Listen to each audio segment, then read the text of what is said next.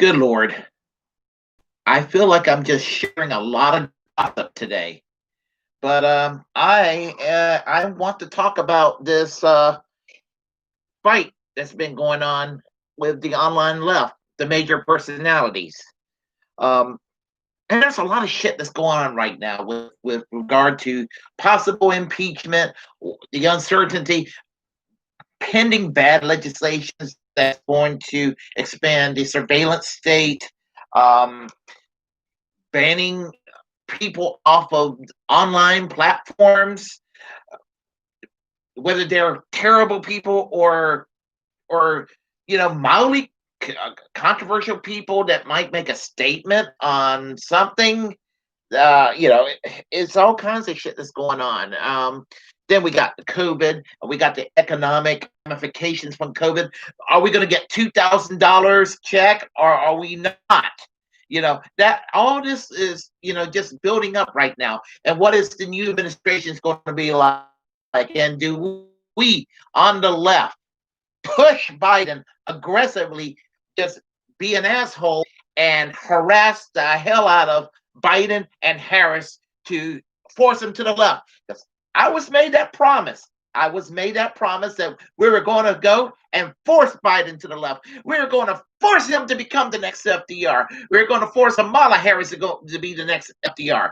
It was made very, very clear. I had my doubts. And there are times I hate to be correct about things, but damn it, I'm correct. I know what's going to happen. I've seen this script before. The Democrats are going to go and govern as diet Republicans, and the Republicans are going to convince a gullible American populace, in spite of the instability that the insurrection had last week. They're going to take an impressionable American public and convince them, well, Joe Biden is a socialist. Yeah. Never mind that Joe Biden was really sincere when he said he wasn't going to do Medicare for all, and there were not going to be any fundamental changes. But we'll see. I'm going to be proven to be right. I want to be wrong, by the way. There are times I want to be wrong, and this is one of those times. But let me start off on kind of a positive note, and I want to say thank God for the online left. And what do I mean by that? I mean that prior to the age of social media, around 2003 is when it really started to kick off. There was really, when it came to progressive media, we were shut out. Our voice was shut out. You had the mainstream news that some people thought was liberal, and they're not. They're corporate centrists, and they are. I don't know what planet people think they're living on when they're saying, "Oh, well, the far left liberal media." Really, give me a break. You have the mainstream media, and then you have Fox News, you have talk radio, which shifted heavily toward the right. So really, there was nothing but a right wing bias in the news. Even the mainstream news were centrist at best at times. And this was prior to YouTube and MySpace and Twitter and Facebook and Spotify. La da da da la da da da da. It was prior to that. In 2002, Shank Ugart and Ben Mankiewicz founded the Young Turks. And from what I could tell, started off like on some radio stations, I guess in Los Angeles. And then 2005, they went on, I guess they, like regular radio stations, they went on satellite radio. But then they eventually got on YouTube in 2005.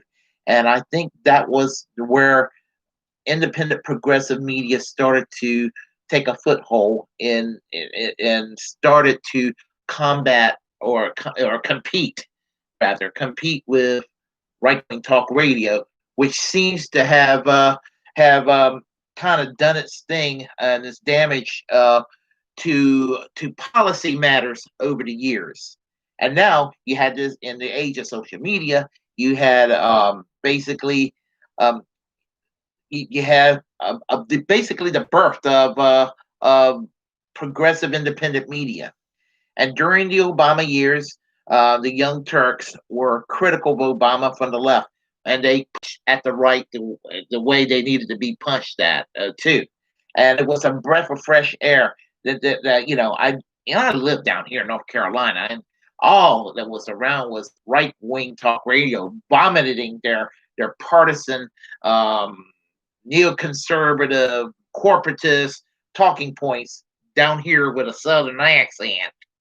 So I mean, that's what I had to deal with around here. So it was great to go online and well, yeah, true. It's an echo chamber. The right has an echo chamber, so does the left.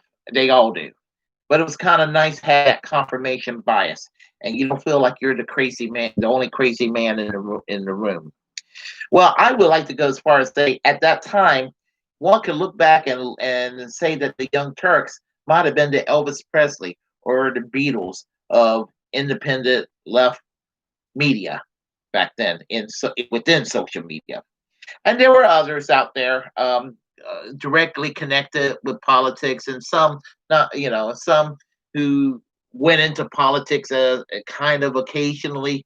But I would like to throw them in there too, and I will go through this little list, and I included people like the Amazing Atheist, T.J. Kirk. It includes David Packman, The Majority Report, Kyle Kalinske, Tim Black, Shoe on Head, also known as Brainlet, Nico House, Bosch, Chapo Trap House, The Combo Couch, Bad Faith with Brianna Joy Gray, uh, Crystal Ball, yeah, Kyle Kalinske, and they have a program now called Crystal Kyle and Friends.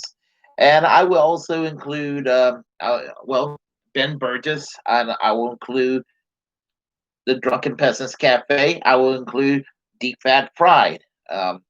Drunken Peasants Cafe and Fat Fried feature the Amazing Atheist, TJ Kirk.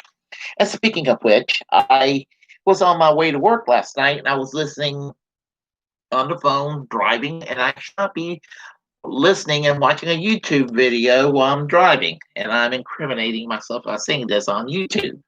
But suffice to say, and I'm going to try to put a stop to that. Suffice to say, and he did a video, and it was his video on Force the Vote. It was his video on AOC, Jimmy Dore, at the left, Medicare for all of that was going on. And I usually, on political matters, I usually find myself agreeing with the Amazing Atheist. I mean, but I have to take issue. This is probably one of the few times I would say that I disagree with the Amazing Atheist and people who take the Amazing Atheist position on Force the Vote. And when I say that I disagree, I don't mean this as any disrespect.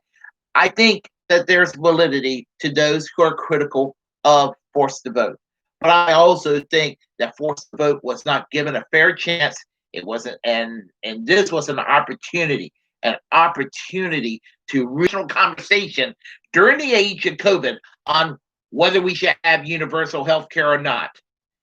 If there was ever a right time, in my judgment, this is it. Actually, it was always been the correct time to institute it. But right now, there is no damn reason why we can't have it discussed. And I mean, and I've seen the silly, incrementalism of doing next to nothing. And it seems like I'm not a politician in the sense that I elect a politician. I don't know what it's like to be a member of the U.S. House or the U.S. Senate. I don't know what it's like to be the president. I don't know what it's like to serve in any of the various departments of government as the secretary or anything like that. But I can say this: those who are critical of Force the Vote try to understand why those who support Force the Vote feel fucking frustrated. It's just year after year, and it seems like everything is so super fucking slow, and whenever we can even just flex our muscle a little bit, we get squeamish about it. when Obama got elected as president and was sworn in January 2009, he had the U.S. House of Representatives, he had the U.S. Senate, he maybe 50-50 on the Supreme Court. The Supreme Court was not as far right then as it is now. Excuse me. And even then, the Democrats were too afraid to govern. I mean, when healthcare came along, the public option was considered a radical position. If we had a normal Overton window in the United States along the lines of the other Western countries, the Overton window, the public option would have been the conservative position, or the far right wing position. The liberal, centrist, and conservative mainstream position would have been single payer Medicare for all, as it exists in places like France and in Canada. That would have been kind of the middle of the road position, and the center left all the way to the far left position would have been something like the UK National Health Service. That is, if we were a normal, politically centrist, Overton window oriented society as exists in other Western countries. But sadly, we're not. Those are the cards we're dealt with. In early December, Jimmy Dore came up with this idea of force to vote. And initially, it seems like that the online left thought it was a damn good idea. I said this before, and I'll say it again. Majority Reports host Sam Cedar. Anybody who doesn't know, Sam Cedar and Jimmy Dore hates each other's damn guts. And for Sam Cedar to swallow his pride, the guy who reminds me of Ben Stein from Ferris Bueller Day Off in the classroom, the teacher calling Ferris Bueller's name. Bueller, Bueller, Bueller. And in the 1990s, doing that commercial, Clear Eyes. The one that played the teacher in the Wonder Years with Fred Savage. Anyway, imagine a younger Ben Stein with a DSA membership card. That's Sam Cedar in a nutshell. But anyhow, he hates Jimmy Dore. And he was just like, this is a good idea. Let's give it a try. And it seems like the left seemed to gotten on board with this. Even TYT got on board with this. But then they started suddenly shying away. I do think that $20 million endowment has something to do with it, but I also think it has something to do with personalities. Anna Kasparian does not like Jimmy Dore. I could tell watching her a couple of years ago on the same panel with Cenk Uygur and Jimmy Dore, how hostile she was toward him. And granted, I know that Jimmy Dore has an abrasive personality. He does. He has an abrasive personality and all of that. But and he's angry. I know you're not supposed to be angry, but Jimmy Dore's angry. But you know what? That anger Jimmy Dore has is sincere and real, and is very, very, very justified. It is a righteous anger, and I can tell Anna Kasparian is privileged. Believes the hard luck story about him going bankrupt over a rare condition he had with his spine. That's very compelling right there. And sure, I mean, do I think that Jimmy Dore is a nice guy? He does look like an asshole. I mean, I personally think he might be a douche, but you know what? And I used to love the Young Turks. I mean, it was my way of making it through the Obama years and the late George W. Bush years. But 2016 happened, and the Trump derangement syndrome, which I look back and I think the Trump derangement syndrome was justified. But I kind of scoffed at Trump derangement syndrome and thought that, what can he do? Then this fucking the insurrection took place last week, and I realized how dangerous Donald Trump is, after all. But getting back to what I'm saying, Jimmy Dore called out Cenk Uygur and Anna Kasparian on all of this, and again, Cenk Uygur getting getting that Clinton donor money is part of the reason. I do believe that's Clinton donor money. I do, and that money's tied to the Clintons, and they have forced the Young Turks to become centrists. Now, the only program I watch from the Young Turks with a lot of I look forward to watching the commentaries. Great social democratic commentary is Secular Talk, the Kyle Kalinske show. I'm just waiting for Kyle Kalinske show to go independent eventually. I'm sure that day's going to come. That show and the Humanist Report with Michael Figueredo. Those are the only two programs I can watch and look forward to listening to their commentary. And become MSNBC lighters. That's what it became to me, in my opinion. So, but speaking of Kyle Kalinske, he's friends with both Jimmy Dore, and he's close with AOC, directly tied with AOC. And I didn't agree with Jimmy Dore telling AOC to fuck off weeks ago. And that was uncalled for, my opinion, but I think that was uncalled for. She's doing the best she can, and she ain't perfect, and nobody's perfect. But thing about it is, she's one of the better members of Congress. And I'm glad she's in there. I am glad that there is an AOC in Congress, and I'm glad she's giving corporate Democrats a headache, and I'm glad that she's causing migraines to the Republican right, triggering them. But as I said, Kyle Kalinske, who's friends with Jimmy Dore, and he's friends with AOC and directly tied to AOC because he and the Justice Democrats, when he was in the Justice Democrats, pushed her campaign. And he's kind of gotten on her case about not pursuing Force the Vote. And Kyle Kalinske is correct on that. Now, Jimmy Dore is also at odds with Tim Black. And I think I don't know, they got into a Twitter war and it was over a misunderstanding. Well, I could tell Tim Black is on board with a Force the Vote, and I know that Nico House is, and so is Crystal Ball, and so is Craig Pasajola and Fiorella Isabel from the Combo Couch. All of them are just not bullying any of them. It's also bullying Nancy Pelosi too, because she deserves it. From World War II all the way to the age of at the time before Reagan got elected, there was calls for national health insurance. And then as the 1980s came by and the liberals became cowards and Bill Clinton took over the Democratic Leadership Council, the Democrats were scared of being called socialists. They were called socialists anyway, even though they were as right wing as a middle of the road right wing Republican during the age of Nixon. Somebody had to go and call for the Democrats to do the right thing, and Ralph Nader launches various campaigns urging the Democrats to do the right thing, and this is why he's running.